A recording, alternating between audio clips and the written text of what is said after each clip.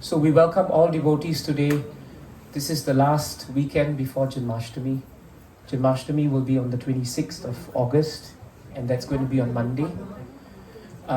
When we say Monday, we will start our celebrations and observance of Janmashtami at about 7 p.m. at the Singapore Kamsa Association, which you all are familiar with. It's at Tesselson Road. And we will come together from 7 p.m. The main focus of the Janmashtami program will be actually kirtan and chanting of the holy names of the Lord. And of course, we will have the deity darshan. And that will go on till midnight. And at midnight, we will have arati and we will take deity darshan again. Janmashtami is actually considered to be the appearance of the Supreme Personality of Godhead, Krishna. We don't use the word birthday because Krishna is not born and neither does he die. Because Krishna is non-different from the Supreme Personality of Godhead, Krishna is God. God doesn't have to be born and he doesn't have to die. So it's very important. For you and I, we celebrate our birthdays. We will never say, Prabhu, today is your appearance day. Right? We won't say that. And neither will we say, oh, today was his disappearance day. No one disappears. We are mortals and therefore we will die. But the Supreme Personality of Godhead appears in this world and he also disappears from this world. But Srila Prabhupada, our Acharya, tells us the appearance and disappearance of the Lord is best described like the sun. When you look at the sun across the globe, you find that the sun is always waking up someone at some part of the world, and it is also putting people to sleep in other parts of the world. But factually speaking, the sun is never gone. Sun is there. Therefore, in the same way, Krishna never really disappears, and he's always appearing. Sometimes people say, Janmashtami is important, it's the appearance of the Lord. But what is more important? Don't I have the Lord already in my heart as Paramatma? It's true that you have him in your heart as Paramatma. But Shastras tell us there is a vast difference between the Lord being present in your heart and between the Lord appearing in your heart. When you allow the Lord to appear in your heart, it means you are paying him attention. When he's just present in your heart, you may just accept that he's there, but you have no relationship with him. If someone is just present in your house, then he could be a guest, and after a while the person will leave. But if you make that presence more deeper, more important, then from presence it becomes appearance. So Janmashtami is really about reviving our relationship with Krishna. That's a very important point. In our Shastras, when you read the Srimad Bhagavatam, you'll find that Krishna appeared because the Devatas were getting very tired, together with Brahma and Bhumi Devi, of the demonic qualities of many of the demons. And chief amongst the demons was Kamsa. Kamsa had two qualities, Bhagavatam tells us, that we must learn not to have. The first quality he had was, he was full of envy, kalaha. In Sanskrit, envy is kalaha. So he was never satisfied because he was always envious. So the first important point that we have to understand is, whenever there is dissatisfaction in our heart, and whenever we are not satisfied with what we have, there's a very strong tendency for us to become envious of those who have that which we don't have. It is very natural. Even if you couch it with sophistication and say, no, I don't feel it that way, the truth of the matter is, it comes in a subtle form. So Kamsa represents envy. And he was very envious of everyone whom he thought was threatening his position. In his heart, he was very demonic in quality because he was envious. And he was a strong disbeliever of the Supreme Personality of Godhead. Kamsa also wanted to become the king of the Vrishni and the Yadav as well as the Andhaka dynasty. And therefore, he was very inimical even to his father, who was Ugrasena. Kamsa's sister was Devaki. And one day, a very happy occasion happened. Devaki Mata was married to Vasudeva. Vasudeva was the son of Surasena. Surasena and Ugrasena are all kings from the Andhaka Bhoja and Vrishni dynasty. Okay? And so they got married. Now on the day of the marriage, it's very traditional that the brother of the wife who's about to leave, the brother of the sister who's about to leave, he will take the reins of the horse and he will ride the chariot himself. It's a show of love. And so Kamsa did that. And at that point in time, it appeared like he was a very nice personality because he was doing that for his sister. But the moment he took the reins of the horse, Bhagavatam tells us, immediately there was a loud voice from the sky. And the voice pronounced that, Kamsa, you are fool number one. Because the woman whom you are riding now, who is your sister, the 8th child of this woman will be the cause of your destruction. Now the moment he heard that his self-interest was going to be compromised on account of keeping Devaki Mata, his sister, alive, immediately he abandoned the ropes and he took up his sword and he was ready to behead and kill Devaki on the spot. It was Vasudeva, the wise husband of Devaki, who stopped him and said, Kamsa, don't be hasty. I understand what you feel. But remember, you are now being watched by everyone. If you ever want to lay a claim to your father's kingdom, which is rightfully yours, doing this is not going to help you. Vasudeva was very intelligent. He realized that the nature of demonic personalities is that they will be nice to you insofar as their self-interest is not compromised. Such a nice point from Bhagavatam, isn't it? The moment their self-interest is compromised, or they feel threatened, or they feel that their boundaries or what they think belongs to them is touched or going to be threatened, then no matter how sincere they may appear to be, they will immediately drop that as a garb and they will show their true colors. This is what Kamsa proved. And sometimes in our material life, we have come across such personalities. They may appear extremely saintly until you do something which is not in their interest, and then suddenly everything goes. So Kamsa represents that. So Vasudeva was very smart. He wanted to keep Devaki Mata alive because Vasudeva and Devaki were great devotees of Krishna. And they were praying that Krishna would come and deliver this world. And they were praying that they would become fitting receptacles for Krishna to come. So how to have Krishna if Devaki Mata is gone? So he used very, very strong arguments. He appealed to this side of Kamsa. Listen, people are watching you. You do something now, you will never lay a claim to the throne. So think twice. Secondly, right, I give you my word. And my word is as good as my word. Every child that is born, not just the 8th child, every child that is born, I will bring the child to you. And you can do as you please. And Vasudeva said that hoping that either things would change or that he would pray to Krishna for more guidance. So Kamsa became pacified.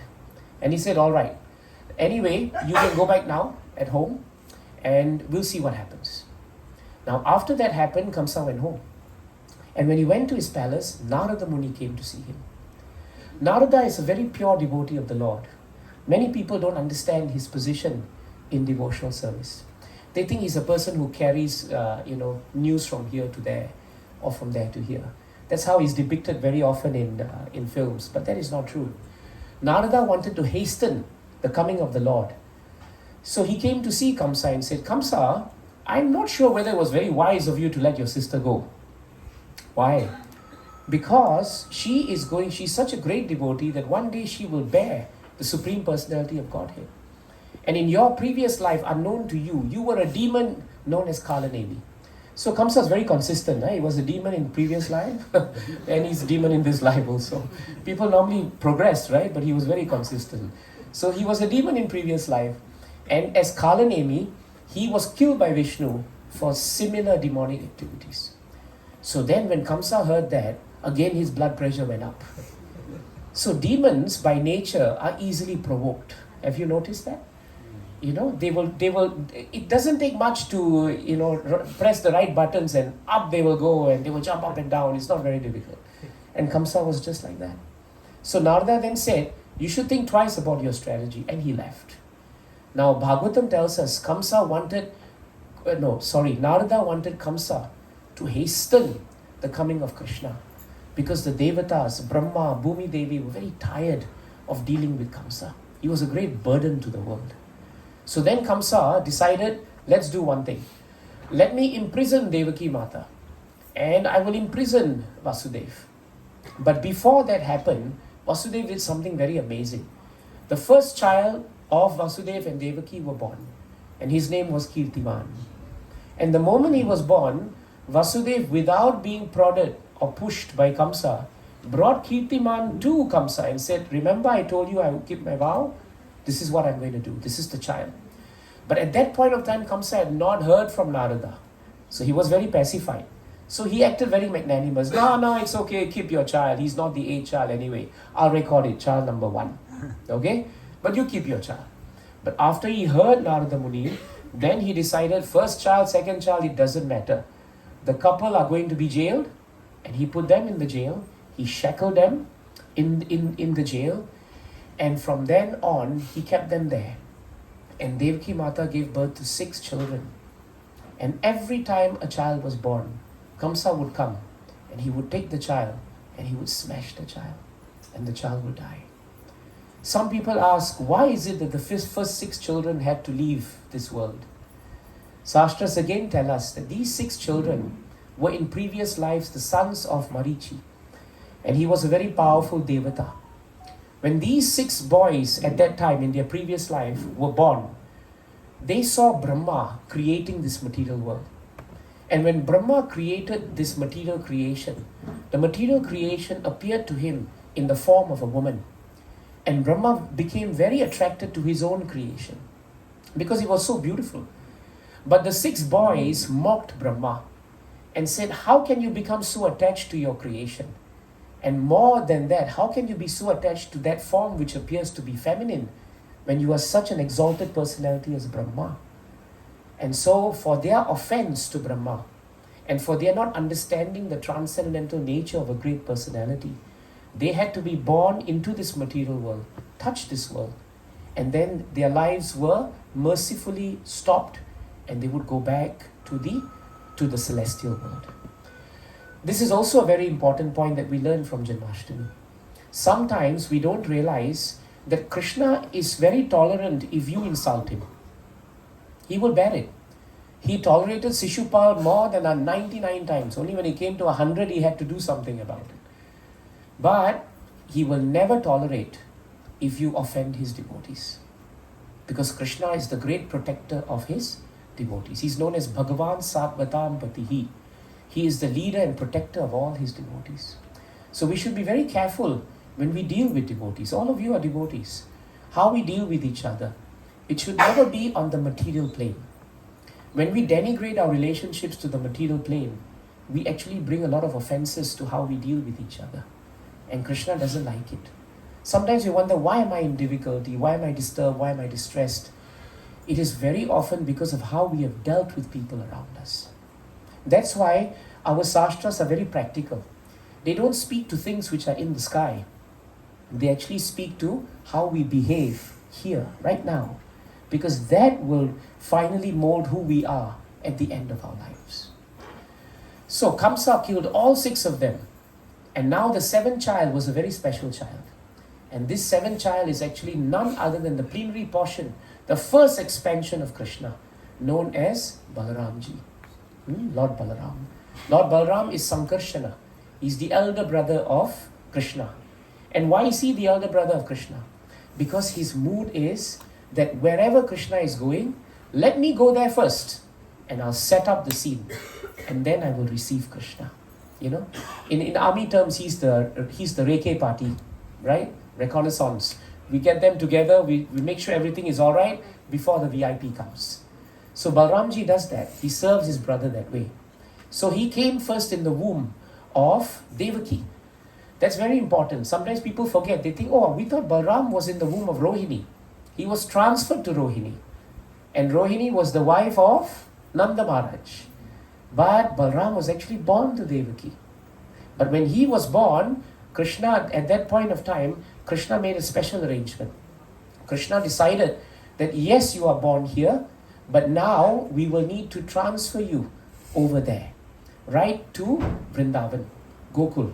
There you will be safe and you will appear as if you were born to Mother Rohini, which is why another name for Lord Balaram is Rohini Nandana, right?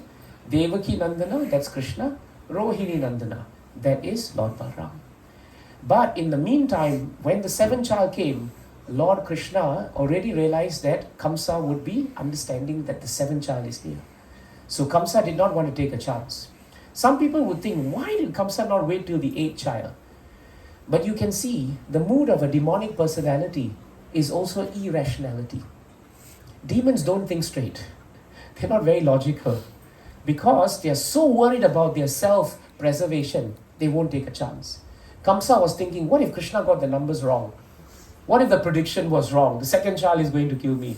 Why should I take a chance? Let's just kill all of them, finish. So when the seventh child came, Krishna thought 7 is too close to 8 already, isn't it? I need to get this boy. But when he went in, Krishna had actually commissioned Yogamaya.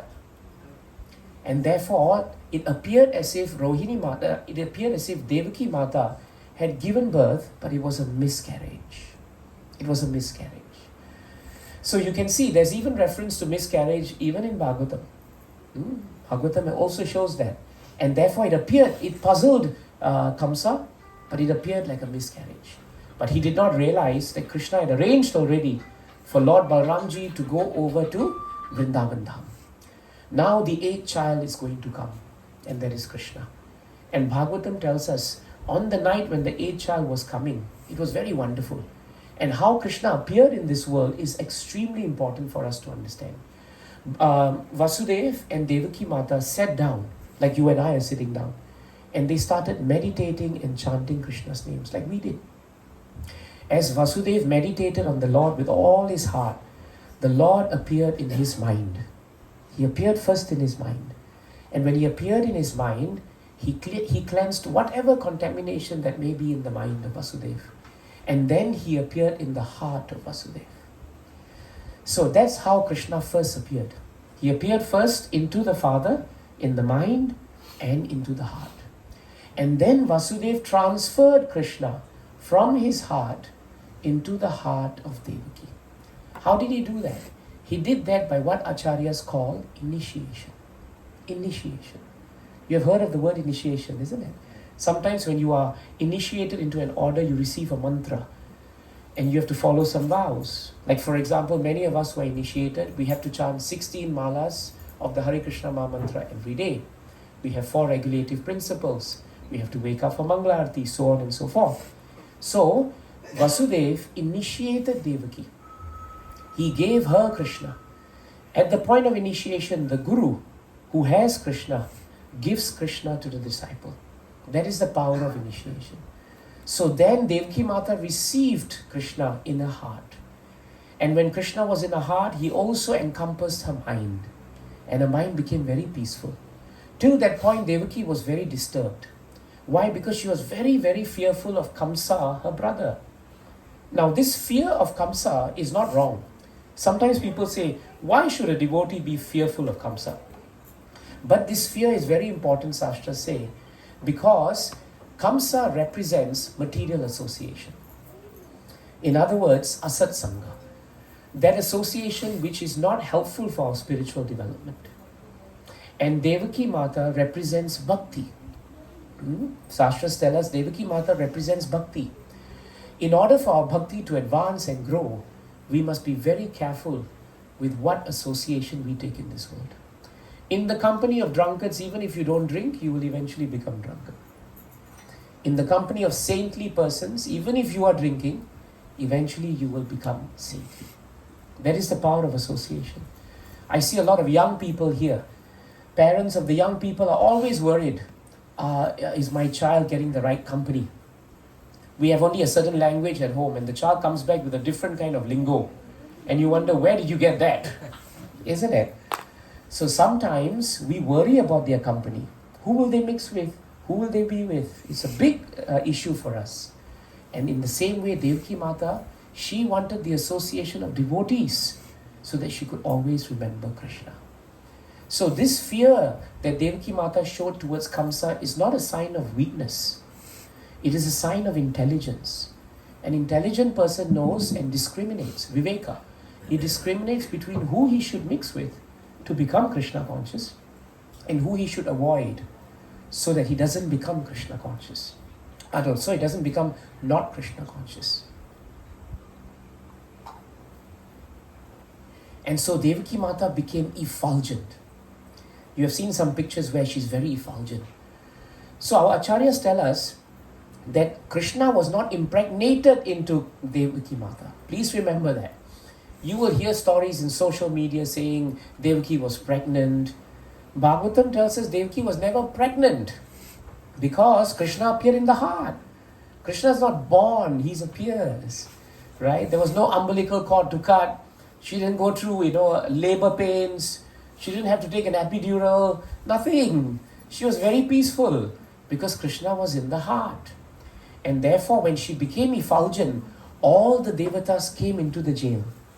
And they all surrounded her, Bhagavatam tells us. And they chanted the famous Purusha Shukta prayers that you all would have heard many priests chanting. These Purusha Shukta prayers are very powerful prayers coming from the devatas. And they chanted the glorification of Krishna. Once they had done that, very nicely at the end of that chapter, Srila Prabhupada writes, therefore, our relationship with Krishna is a heart-to-heart relationship. Isn't it?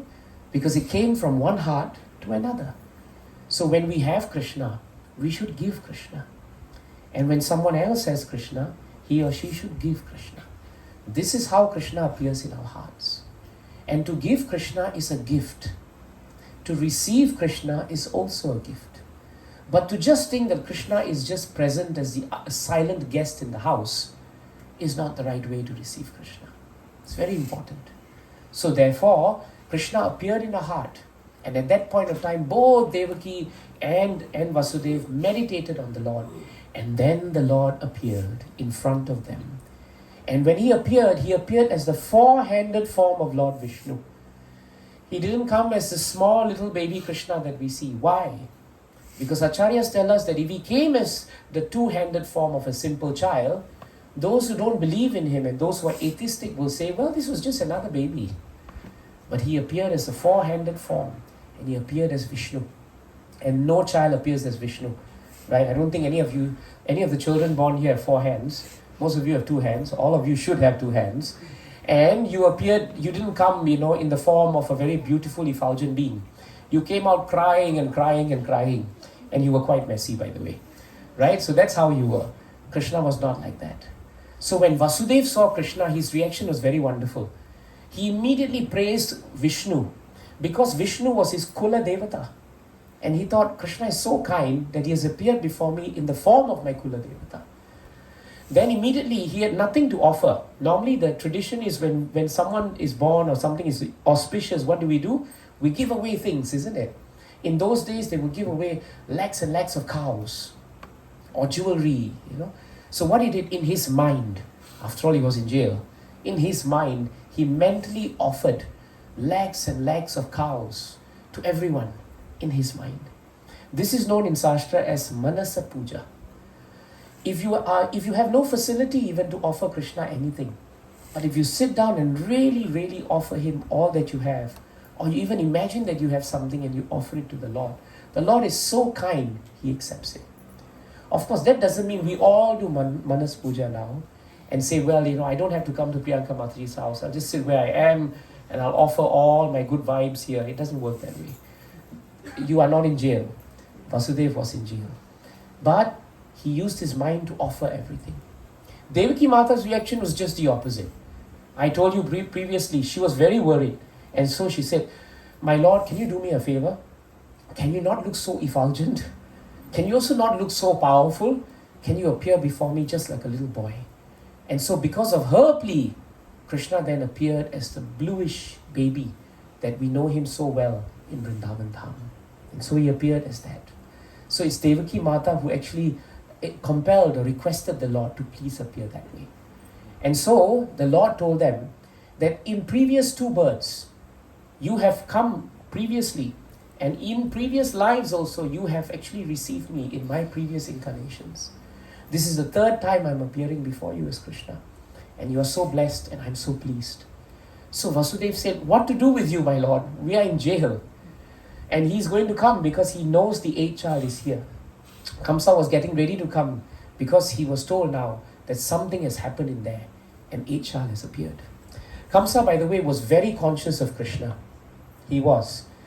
Bhagavatam tells us, anywhere he saw 8, he would remember the Lord. If he walked up 8 steps, 1, 2, 3, 4, 5, 6, 7, 8, the 8th child of Devaki, he would remember. So he was very conscious of the Lord, but not in a favorable way. And therefore his consciousness of Krishna is not recommended for devotees. When we are very conscious of our enemy, that is very conscious. Sometimes we don't like someone. Don't you realize if you don't like someone, you think of them more than even the people you like? Isn't it true? It's the irony of life. If someone disturbed you or, hurt your dignity or something, whole night you can't sleep. He's sleeping very well. He doesn't care because he doesn't even know. But you can't sleep. You cannot even think carefully. And you're just thinking, what am I to do? What shall I do? You craft, you strategize. And that's what Kamsa was doing. So that's why we say that we should belong to the International Society for Krishna Consciousness. Otherwise, we'll become the International Society for Kamsa Consciousness. And that is also iskcon. That's also okay. But we don't want that. So Kamsa's consciousness was not good. So whenever we want to remember Krishna, please remember Krishna favorably. When you're in difficulty, see the hand of Krishna. Krishna is putting me in difficulty because he wants to purify my intelligence. He's putting me in difficulty, but he's giving me a discount. It could be worse. This is how a devotee thinks. So then Krishna said, don't worry, Vasudeva. Now I want you to bring me to Nanda Maharaj, your good friend, who is in Vrindavan, and Yashoda Maya. In Vrindavan, you can put me there, and there will be another child. Because at this moment, Yashoda Maya has given birth to a little baby girl. But unknown to Vasudeva and Devaki, that little baby girl was not a baby girl. She was non-different from Yogamaya. Yogamaya is the superintendent of this material world. And she is the most powerful energy of Krishna. And Krishna summoned her just before he came and told her of this arrangement. And so Yogamaya is worshipped today because of what she did for Krishna. And in Bhagavatam, Krishna gives her the benediction that because of your serving me in this pastime, you will be known and worshipped by more people than even I am worshipped. Which is why today Devi worship is so popular, so widespread, because of the mercy that Krishna gave to Yogamaya. And so Yogamaya had appeared. And Krishna told the parents, bring me out, cross the Yamuna and put me there. So the question in Vasudeva's mind was, I'm in shackles, Krishna. We are in a jail, just for your information. And Yamuna river is outside. And there are guards outside. And Kamsa is going to come anytime. It's a precarious situation. How are we going to do that? It's not possible. So he was thinking that this is not going to work out. And therefore, Vasudeva felt a little bit anxious. But Krishna was very kind. Krishna told Vasudeva, don't worry. By my arrangement, everything will be taken care of. Have faith in me. And so we come to the end of the pastime, where suddenly all the guards outside fell into a deep sleep, Yoga Nidra. And then the shackles on Vasudeva's hands went away. He picked up Krishna, little baby, and he put him in a basket. And as he came out, he saw it had started to rain. The river Yamuna was growing very large in spat, and she was pounding with the waves. And then he saw that Lord Balaramji had come in the form of Anantasesh. And he was providing a transcendental umbrella and shelter for both Vasudeva as well as Krishna. And so Vasudeva started walking to Yamunaji and he prayed to the Lord, Lord, help me here, I don't know what's going to happen. And at that point of time, Yamunaji, when she saw Krishna was there, and because she's a great devotee, she very happily parted so that Vasudeva could walk down the path of Yamuna. And Bhagavatam tells us the bottom of rivers are normally very rocky. If you have stepped on them, they're quite rocky. But Yamuna made sure that she became very smooth, so that when Vasudeva was walking, it was it was like feeling feathers on his lotus feet. At one point, Mother Yamuna wanted to touch Krishna. She wanted to touch Krishna. And so Krishna created a pastime while they were crossing, when he accidentally slipped out of the basket and fell into the water. Of course, there's no accident with Krishna. It's an arrangement. But Krishna fell out and Vasudeva was thinking, what a sprightly baby, he just jumped out. But he didn't realize that Krishna did that so that Yamuna ji could touch Krishna. And by doing that, right, she became very, very happy. But he dived into the water, desperate to find the baby. And when he found Krishna, Krishna was fine. And so they walked across Yamuna. And then they walked and walked and walked into the village. And there they came to the house of Nanda Maharaj. All was quiet. Vasudeva entered into the room. And there he found Mother Yashoda had just given birth. And she was very tired after labor. And she was feeling, she was very groggy. And so the exchange happened. He put little Krishna there. And he took the girl. And as he went, Bhagavatam tells us at the end of that chapter, Mother Yashoda, after giving birth, was so tired, she could not remember whether she gave birth to a boy or a girl. See Krishna's arrangement, how amazing. She could not remember. So if you can't remember and then you see the child is there and it's a boy, okay, fine, it's a boy. That's what you think, isn't it? And so he left. And when he came back, he was alone. Please remember one thing here. Vasudeva and Devaki spent so many years praying to have Krishna as their child. And when he was born, they had to part with him. How painful must that be in their separation? Just think about it. As Vasudeva was going back, he was feeling great, deep separation from Krishna. Because he thought, Lord, why did you allow us to have you? Only to the point where we have to put you away now. We will never see you grow up with us. We will always hear about you somewhere in Nanda Maharaj's Vrindavan. But we don't have the fortune to be with you. So you see, great devotees are prepared to sacrifice anything for Krishna. Even if it means that sometimes the result of that could be that they may not get what they thought they would get. So our relationship with Krishna, our love for him, must be unconditional. That is what we are trying to achieve. Ahaituki apratihata. That we turn to Krishna not because he can give us something, but we turn to him because we simply love him. And we simply love him because he is our Supreme Lord. If you love your father and mother unconditionally, you know what that means. It doesn't matter what they do for you. It's what you do for them that matters. Because they are your parents. In material world, we can understand a glimpse of this unconditional love. But in the spiritual world, all the devotees are filled with unconditional love for Krishna. Vasudeva came back. And once he came back, the doors closed, shut, locked. The jailers woke up. And then suddenly his hands were shackled. And Yogamaya came in the form of a child and started crying loudly. Kamsa heard and thought, I never thought the 8th child of Devaki will be a girl. But it doesn't matter, girl or boy, I have to kill it. And so he came in. And here Devaki Mata said, my dear brother, it's a girl. Come on, she's not going to kill you. Look at you, you're Kamsa. Leave her be. But Kamsa didn't care. Why? Because his personal interest was compromised. Remember that. We should check ourselves. Are we nice to someone until our personal interest is sacrificed or compromised? Then we have a little of Kamsa in us actually. And we have to be very careful there. And so Kamsa, as he took up the child, he tried to dash it to the ground. But before the child could hit the ground, she grew into the powerful 8-handed form of Yogamaya. And she laughed a good laugh. And she said, Kamsa, you are fool number one. Many years ago, that voice said, Kamsa, you're fool number one. Again, now Yogamaya is saying, Kamsa, you are the greatest fool. Do you really think that the 8th child of Devaki is here? The 8th child of Devaki lives and he will destroy you. And with that, Mother Yogamaya disappeared. And from then on, Kamsa could never sleep. He was the ultimate example of an insomniac. Because he realized now, somewhere in Vrindavan, somewhere in the world, the 8th child was born.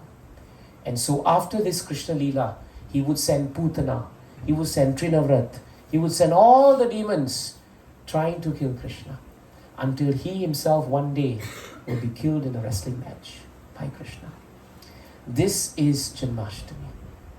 So to conclude, very important point. At the point when Krishna appeared as Vishnu, and then as a little boy, the constellations actually were not auspicious. But the moment when they heard that Krishna was coming into the world, they all lined up and they became auspicious. So sometimes people say, this is not an auspicious time to have a program. Not a good time. But for us, it doesn't matter. Because the moment you chant the name Krishna, everything inauspicious, abhadra, becomes bhadra. It becomes very auspicious. So devotees are not worried about where the planets are right now. As long as you have Krishna, then everything lines up for you. Everything is auspicious. This is very important for us. Don't get caught up in the rituals and forget the principle. That is very important. And one final point, as Krishna was coming into this world, all the devatas, Brahma, everybody became very happy. And this is the most important thing for us to take back. When Krishna appears in our lives, the real symptom of his appearance in our life is that you will be genuinely happy. And that genuine happiness, no one can take away from you. It is in your heart and it belongs to Krishna. So don't just have Janmashtami on 26th of August. Janmashtami should be every day. Every day you must find a way, manage your life in such a way that Krishna appears in your life. Not as a ritual, but as a real event. And the best way to do it is always to be in the association of devotees. If you're in the association of devotees, you will always remember Krishna. Jai Krishna Janmashtami Maho Maho Sattva Ki Jai. I welcome you all to come and join us on Monday in the evening. Right? It's big celebration. Come and take darshan of the deities. Be happy in your devotional service. Any questions? Any violent objections?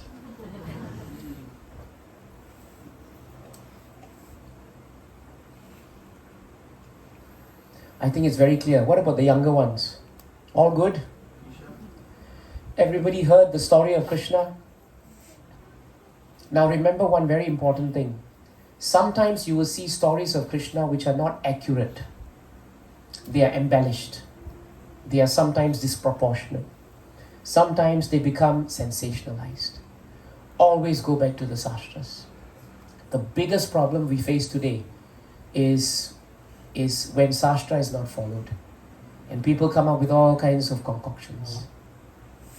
If you want to study sastra, then study Srimad Bhagavatam. Because Bhagavatam contains accurate information on Krishna. Very simple to read. I have no background in Sanskrit, and yet Bhagavatam is available to someone like me.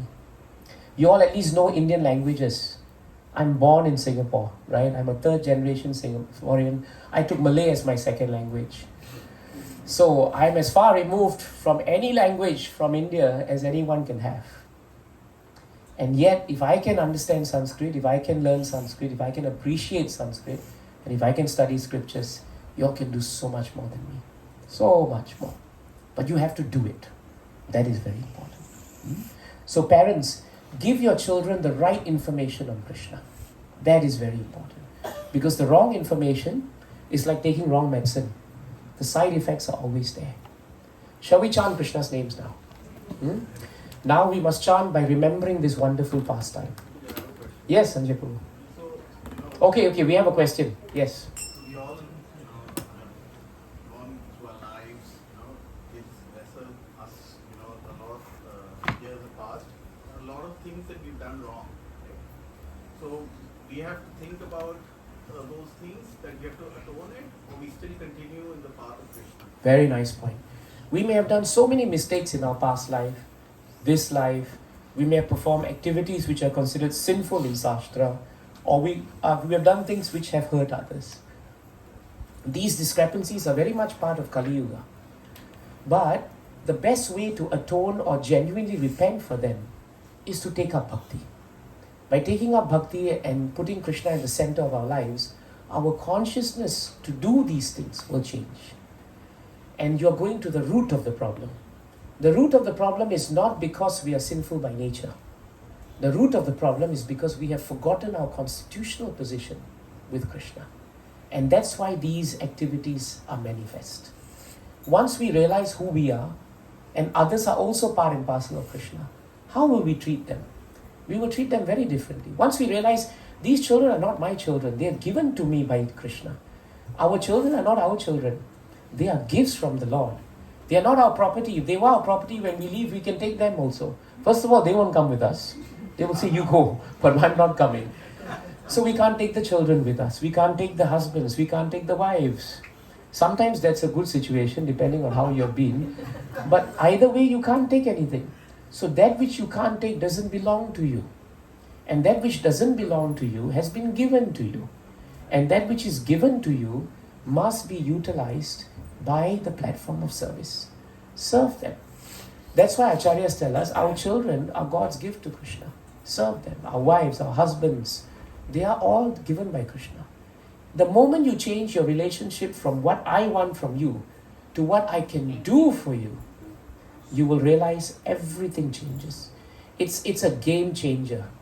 You see the world differently. Is that helpful, Prabhu? Very nice question.